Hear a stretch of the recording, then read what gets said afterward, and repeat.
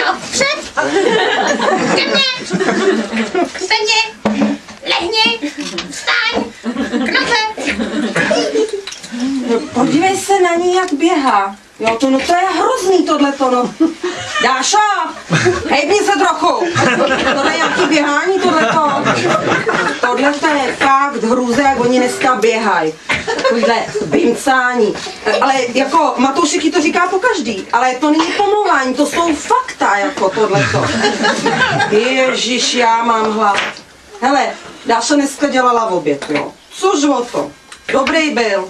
Ale když vařím já bych pěkně zpěnil cibulku, ne na volej, hezky na sádle, volej to je hovno.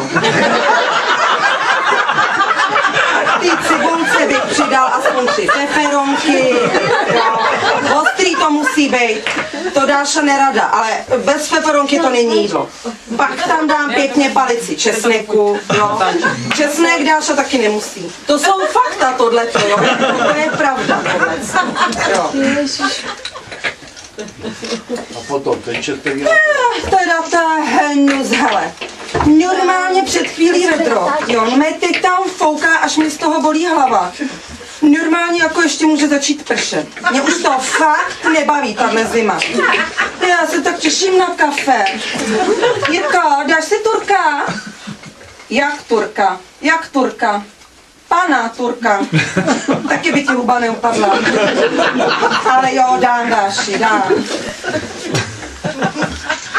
Ty Honzo, co tady s tou klubovnou jako? Něco by se udělat mohlo. No jak to teda jako bude?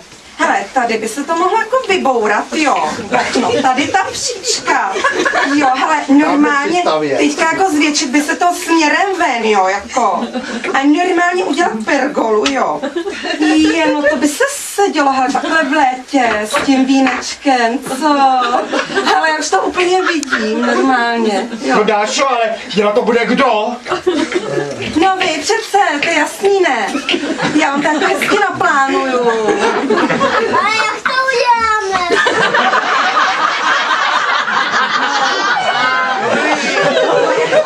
To je celá Dáša, no, tohleto. Plánovat, jo, to ona umí, jo. Hele, mě naplánuje moře úkolů, pak se odjede do práce a já, abych se zbláznil, jo. Teď si vzala do hlavy novej koberec. No, potřebujeme mi novej koberec. No. A na tři tady bude pergola. Ale to jsou fakta tohleto, jo, to není nic jako, jo. No, na co pergola? Já si tady jako budu sedět, pít vínečko a budu pozorovat, jak jako běháte na place, ne? Jo, a to si uhodla, a tohle ti tam budeme dělat pergolu? No. Hele, a kdy bude co, sklípek další, co? Ale to bylo super, co?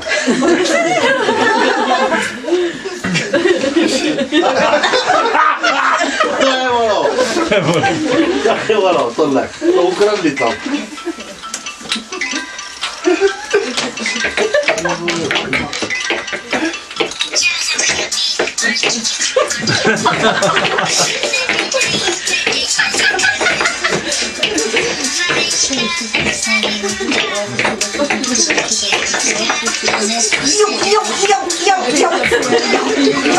Moje koleno, co děláš?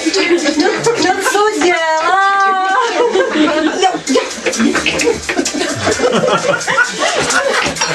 Tohle se všechno stalo.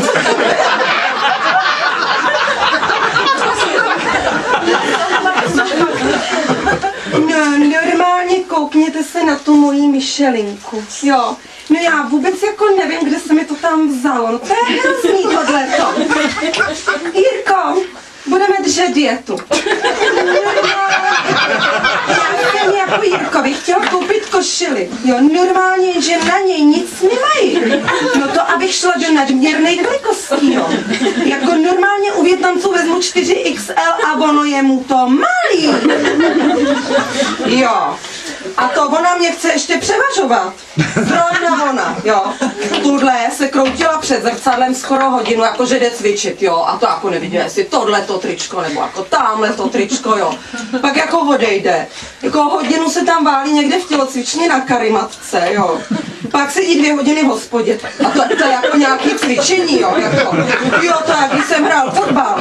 Já jsem se každému postavil do cesty, ale každému jsem rozbil hubu a bylo to.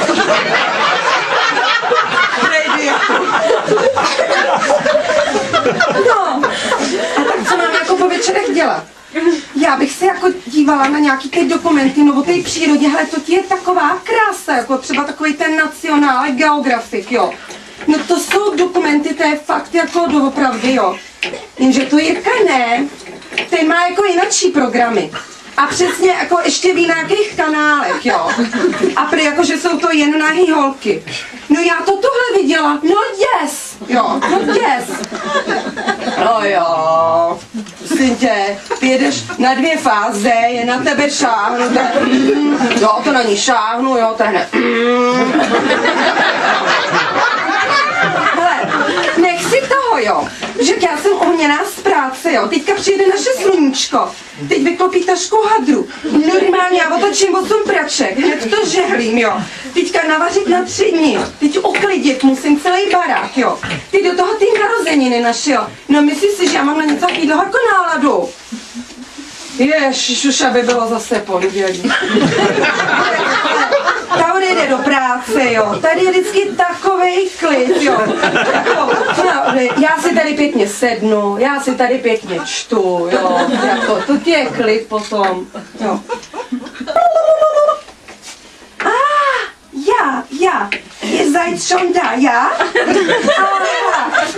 Moment. Wir kommen in 10 Minuten. Švýcaři. No, a je to tady. No to zas bude týden, jo. Já si musím furt věnovat, jo. Hele, už teď mi teče ze zubu jet, jako jo. Jo, a teďka Jirka bude chtít všechno překládat a bude říkat, Dášo, co říkali, Dášo, no to přeložit. A to stejně ty rozprostěrny se nedají překládat. To si musím jako vymýšlet. No nic, ale nemusíme jet. Jirko, tak jedem, hele, tak čau. Hele, Dáši, ser na to, pojď sem.